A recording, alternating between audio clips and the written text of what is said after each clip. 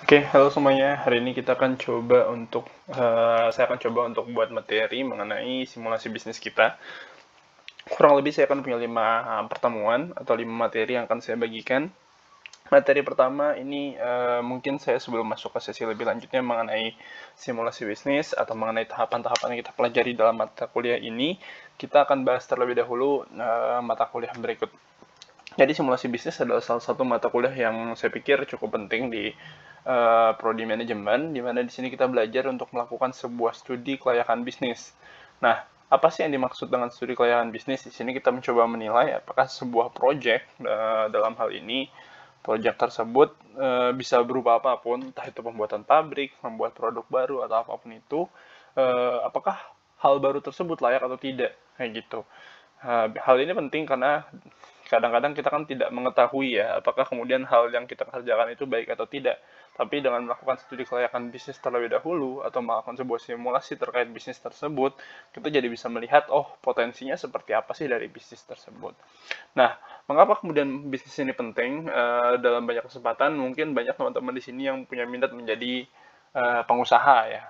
Pengusaha tentu sangat patut untuk memahami bagaimana sebuah bisnis bekerja. Kenapa? Karena ketika teman-teman ingin membuat sebuah usaha, otomatis teman-teman harus mampu menilai nih, kira-kira bisnis yang akan teman-teman buat ini layak atau tidak. Karena kalau nggak layak ya tentu sayang gitu untuk kemudian dikerjakan atau direalisasikan. Nah, jadi untuk pengusaha tentu ini akan menjadi sangat penting. Nanti juga hal itu juga berlaku buat existing entrepreneur yang sudah memiliki perusaha. Ketika beliau ingin coba expand produk, ketika mencoba untuk membuat pabrik baru dan seterusnya, tentu menilai kelayakan bisnis dari proyek yang akan dikerjakan tersebut menjadi sangat penting. Nah, kalau teman-teman juga mungkin tertarik buat usaha yang sifatnya startup-startup, banyak sekali tentunya startup-startup yang memiliki eh, proses yang kurang lebih akan melibatkan materi simulasi bisnis ini. Misalnya seperti yang kita ketahui sebuah startup itu ingin coba untuk ngediriin atau mencari dana ya. Ini hal paling klasik dalam proses pendirian startup. Jadi ketika kemudian startup itu mau didirikan, mereka punya prototype, mereka punya plan, mereka presentasi di depan calon investor mereka, bisa angel investor ataupun mungkin venture capitalist, and then mereka akan coba untuk menilai apakah kemudian project yang kita jalankan ini reliable atau enggak. Nah, jangan sampai kita mengajukan sebuah project yang nggak bisa dikerjakan itu atau mungkin yang nggak menguntungkan itu. Karena kenapa? Karena kita tidak melakukan simulasi terlebih dahulu. Sebenarnya bisnis kita bisa bekerja atau tidak. Itu tahap pertama. Jadi hal pertama yang kemudian bisa dilihat adalah apakah bisnis ini layak atau tidak.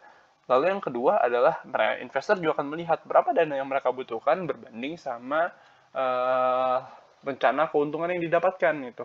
Ini juga menjadi sangat penting teman-teman. Kenapa? Karena jangan-jangan kita mengajukan dana terlalu besar untuk sesuatu yang nggak worth it buat investor kayak gitu.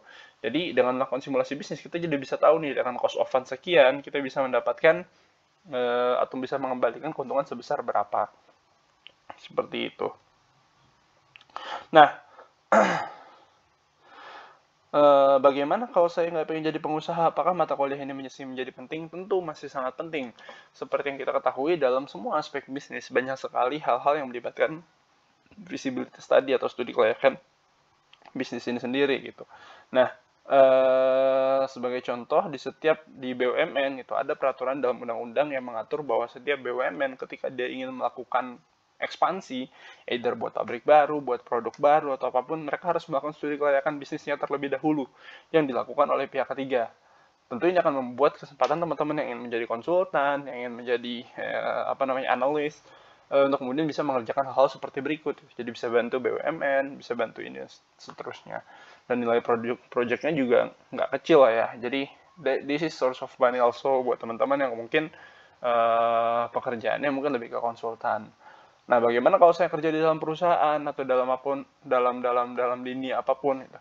Nah, sama halnya tadi kalau teman-teman kerja di BUMN, kerja di corporate, bukan nggak mungkin akan ketemu kondisi di mana teman-teman diminta untuk melakukan sebuah studi kelayakan bisnis atau menilai proyek baru yang akan kita jalankan tersebut layak atau tidak.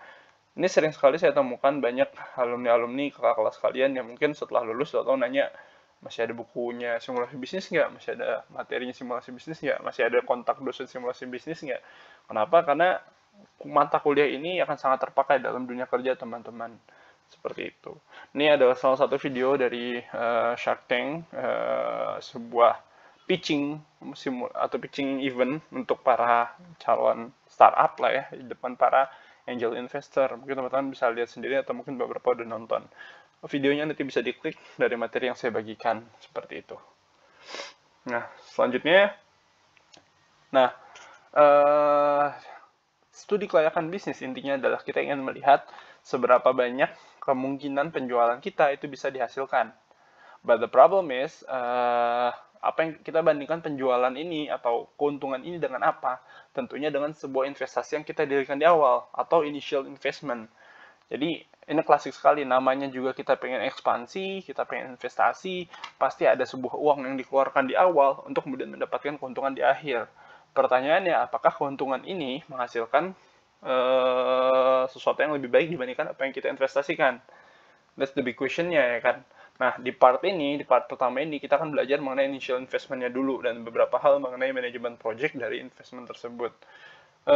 Seperti yang kita ketahui, sebelum menjalankan usahanya sendiri, atau dalam tahap initial investment ini, kita harus melakukan beberapa investasi, seperti yang paling common itu fixed asset, lalu kemudian yang kedua adalah harta lain-lain, atau fixed intangible asset, ya kan? Ada juga biaya-biaya peroperasi yang memang dia seringkali muncul meskipun belum ada operasional, tapi perusahaan harus sudah mulai membayar beberapa hal untuk pempekerjaan karyawan-karyawan non-operasional. Misalnya seperti itu. Jadi ini adalah biaya-biaya non-operasional yang kemudian harus keluar di tahap initial investment. Nah, kita langsung masuk aja ke part yang pertama, yaitu mengenai tangible asset. Tangible asset yang kemudian digambarkan dalam tabel berikut itu adalah sebuah tabel yang kemudian coba menggambarkan apa saja sih sebenarnya aset berwujud yang kemudian kita harus miliki dalam usaha kita. Ini sebenarnya full of assumption, jadi ini isinya asumsi teman-teman, bangunan apa aja, tanah apa aja, dan seterusnya yang kemudian diperlukan dalam menjalankan produksi teman-teman. Dalam kasus yang ada di contoh bukunya kan itu judulnya usaha buah kaleng ya, dimana di situ adalah list bahan-bahannya adalah seperti berikut. Ada tanah, bangunan kantor, bangunan pabrik, gudang, pos satpam, mes karyawan, dan seterusnya. Nah, di sini ada beberapa kolom yang harus diisi, ada nomor, uraian, kode, predesesor, waktu, biaya, dan biaya setelah markup. Nomor biasa lah ya. Uraian itu terdiri dari list-list apa saja dari tangible asset yang kemudian kita butuhkan dalam menjalankan proses produksi. Lalu kemudian di sebelah kanannya ada kode. Ini melambangkan kode yang diberikan untuk setiap tangible asset yang tertera di sebelahnya. Lalu kemudian ada predecessor. Nah, predecessor ini adalah sebuah kode yang melambangkan tangible asset lain yang harus didapatkan sebelum mengerjakan tangible asset pada kolom atau pada row tersebut. Misalnya bangunan kantor itu baru kodenya B, predecessornya A. Artinya apa? Sebelum mendapatkan B, kita harus sudah mendapatkan A terlebih dahulu. Dan seterusnya, mendapatkan C harus mendapatkan B dulu, mendapatkan D harus mendapatkan C dulu. Nah, di sini juga ada yang mendapatkan E harus mendapatkan B dulu. Jadi dia bisa dikerjakan setelah B, tidak harus menunggu C dan D. Hal-hal seperti itu memungkinkan. Sebelah kanannya adalah waktu, berapa bulan masa pengerjaannya, lalu kemudian di sebelahnya lagi ada biaya, dan biaya setelah markup. Di sini kalau saya nggak salah di programnya itu sekitar di markup 10% ya. Kayak gitu. Tapi ini kembali lagi ke asumsi teman-teman untuk biaya markupnya. Nah, dari tabel berikut, kita kemudian bisa membuat sebuah network diagram atau critical path. Critical path atau network diagram adalah sebuah diagram yang menggambarkan bagaimana kemudian project management kita bisa dikerjakan. Artinya apa? Tadi kan kita sudah susun nih predecesornya apa, aset tetapnya apa. Nah, aset tetap alur dari pembuatan aset tetap pertama atau aset tangible aset pertama sampai yang terakhir itu bisa seperti apa sih? Apakah harus ngurut dari A sampai M atau O? Oh, nggak perlu sebenarnya, karena tadi yang kita tahu ada beberapa predecessor atau beberapa aset yang tidak harus berurutan. Misalnya E itu nggak harus setelah D, tapi dia setelah B sudah bisa dikerjakan. So, why should we need to wait for D gitu loh, kalau kita bisa mengerjakannya setelah B. Nah, ini juga membuka sebuah kemungkinan bahwa ada mungkin beberapa project yang harus dikerjakan secara instan, secara berurutan dan tidak boleh terlambat. Sedangkan ada beberapa yang lain yang bisa terlambat. Itu bisa dibuat dengan dilihat dengan membuat sebuah jalur yang disebut sebagai jalur kritis. Jalur kritis adalah sebuah, atau critical path adalah jalur yang kemudian tidak boleh ada project yang terlambat, pembuatan fixed asset yang terlambat. Karena kalau dia terlambat, pembuatan fixed assetnya secara overall itu akan terlambat juga. Kayak gitu. Nah, di sini saya coba zoom.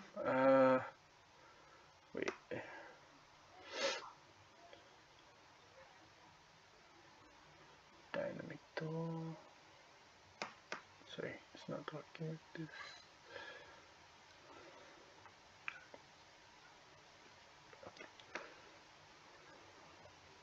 Saya lupa. Nah, ini ya. Kita coba lihat. Contohnya seperti ini. Tadi kalau kita lihat A. Nah, itu masa pengerjaannya 2 bulan. Maka dia adalah project pertama atau bangunan pertama yang harus dibangun. Maka sebelum A itu adalah 0 dan 0. Setelah A 2 bulan, maka nanti perkiraan selesainya adalah bulan kedua. Kita lihat yang atas dulu ya, yang oranye. Nah, EST adalah earliest start time. Dan ini adalah earliest finish time. Jadi start time-nya 0, finish time-nya 2. B 4 bulan, maka 2 ditambah 4, 6. Setelah B, C 6 bulan, 6 tambah 6, 12. Setelah C, D 2 bulan, maka 12 tambah 2, 14. Nah, yang kita perhatikan tadi, kita lihat bahwa ada loh project E yang bisa dikerjakan setelah project B. Kita lihat E di sini. Ternyata E itu bisa dikerjakan setelah B. Jadi setelah 6 bulan, kita nggak perlu buat E-nya setelah D, tapi kita bisa buat E ke bawah 1. Ditambah 1, 7 bulan. Nah, kita petakan semua diagram tersebut. Ada juga yang kemudian M, dia dikerjakan setelah A. Jadi setelah 2 bulan, kita bisa kerjakan M dengan masa periode sebulan, dapatlah 3 bulan. Gitu, kita masih lihat yang oranye yang di atas ya. Nah, ini kita buat petanya, kita petakan masing-masing. Oh, setelah B ada apa? Ada L, K, C, E, N. Setelah L ada nggak? Nggak ada. Setelah K ada nggak? Nggak ada. Setelah E ada nggak? Nggak ada. Setelah N, oh ada F. Kita buat F. Nah, lalu setelah C ada nggak? Oh, ada D, ada G, ada I. Kita buat lagi setelah G ada nggak? Kita jumlahkan terus. Lalu kemudian kita lihat yang paling jauh atau paling tinggi angkanya. Kita dapat, kalau kita ikutin path-nya A, B, L, maka kita dapat 7 bulan. Kalau kita ikutin path-nya A, B, K, kita dapat 7 bulan. Kalau ikutin path-nya A, B, C, G, H, kita dapat 15 bulan. Setelah kita lihat semua, yang paling panjang adalah, atau yang paling lama adalah A, B, C, I, J, O. Ini 18 bulan. Maka inilah yang kemudian menjadi jalur kritisnya. A, B, C, I, J, O. Ini nggak boleh ada yang terlambat. Karena kalau dia terlambat, maka yang lain bisa terlambat juga. Atau overall project penyelesaian pabrik ini akan terlambat juga. Nah, itu untuk menentukan earliest start time dan finish time-nya. Bagaimana kalau kemudian kita mau menentukan last time-nya atau paling lambatnya kapan? Itu bisa kita lakukan dengan kita balik proses alurnya. Yang tadinya 18 ini di atas, kita tulis di bawah 18. Lalu kemudian kita taruh, kita mundurin 18 kurang 1, 17. 17 kurang 2, 15. 15 kurang 3, 12. 12 kurang 6, 6 kurang 4, 2. 2 kurang 2, 0. Ini buat yang jalur kritis. Sedangkan buat yang non jalur kritis sama kita tulis 18. 18 kurang 1, 17. Kita catat 18 kurang 1, 17. 12 kurang 6, 6. Dan seterusnya.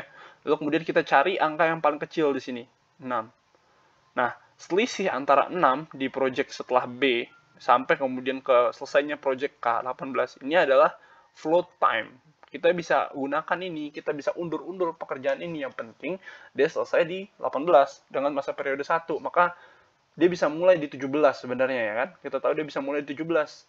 Jadi ada waktu dari bulan ke-6 sampai bulan ke-17, kita mau kerjain kapan, yang penting dia selesai. Jadi dia telat dikit nggak apa-apa, karena dia punya waktu yang sangat banyak untuk bisa ditunda. Begitu pula yang lain. Kayak gitu. Jadi itu adalah network diagram. Tujuannya apa? Untuk mengidentifikasi critical path kita. Nah, ini bisa kita buat dalam bentuk table juga. Kita bisa hitung estimate earliest start time-nya dan last earliest finish time. Jadi ada EST, earliest start time, EFT, earliest finish time,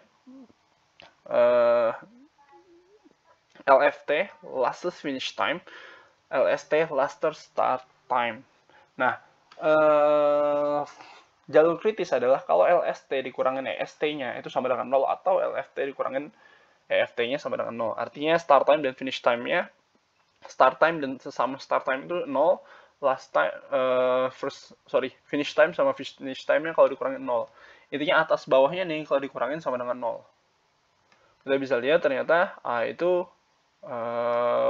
ini apa namanya floating, jalur kritis ini nggak jalur kritis karena 18 kurang 7 itu adalah 11, ada spare time 11 bulan ya kan.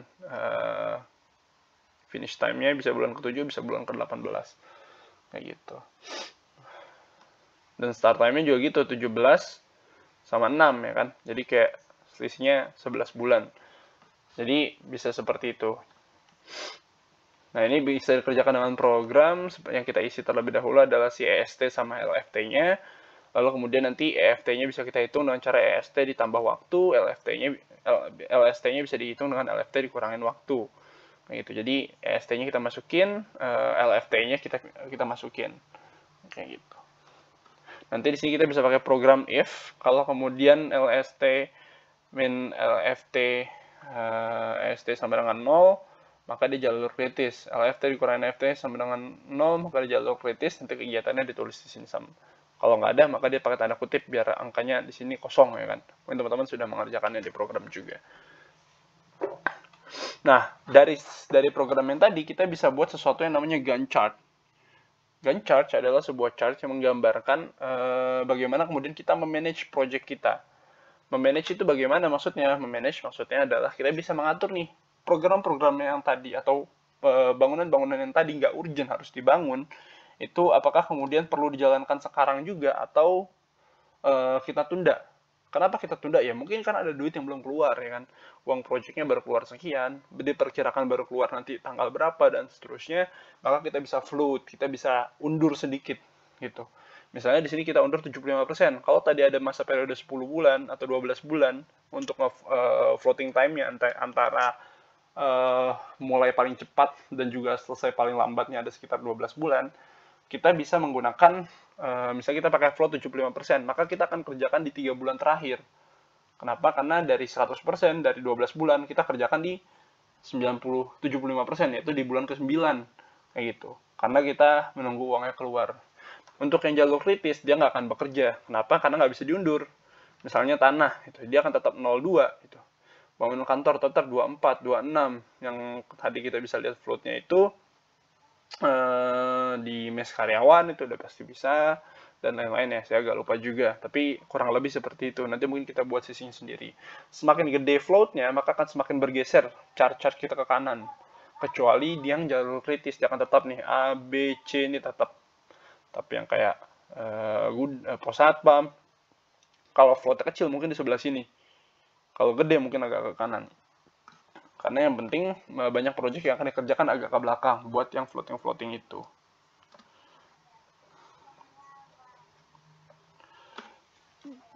Nah, dari tabel 4, 5, 6, sampai 7, intinya kita adalah mengalokasikan uang sesuai dengan Gantt chart yang kita buat pada tabel sebelumnya. Jadi di tabel ini kita kan buat Gantt chart nih.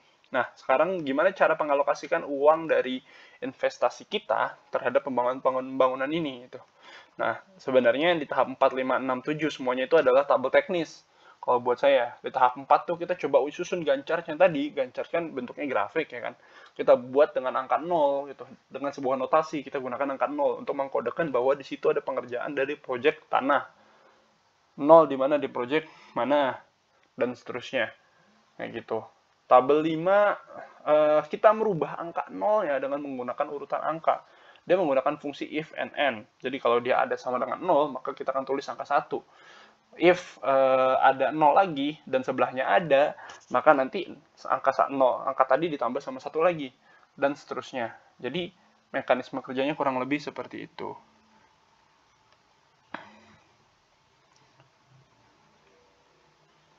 Nah, di tabel 6 kita mulai memasukkan persentase. Kita cuma ngurutin ada berapa persen yang kemudian harus digunakan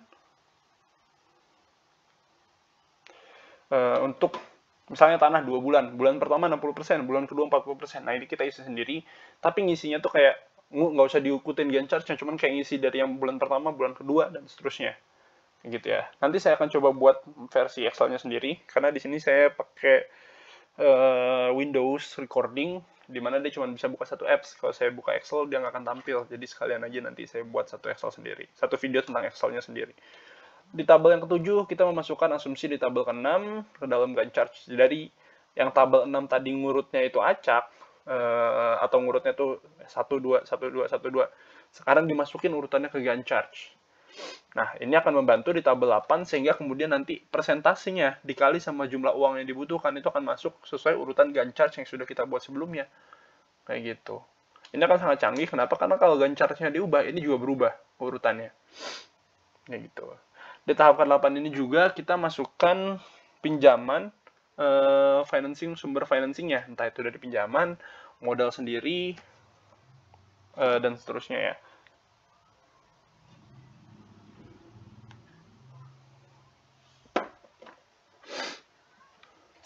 Nah, di sini juga ada yang namanya IDC, interest during construction. Jadi ketika pembuatannya, konstruksinya sudah ada, interest juga akan muncul sebesar berapa pinjaman yang kita miliki. Ini pinjamannya, ini asumsi dari jumlah uang yang kita butuhkan, ya kan, berapa persen yang pinjaman, berapa asumsi yang modal sendiri. Dari pinjaman ini akan muncul interest during construction, kayak gitu. Biaya provisi ini sebesar nilai pinjaman yang kita pinjamkan aja.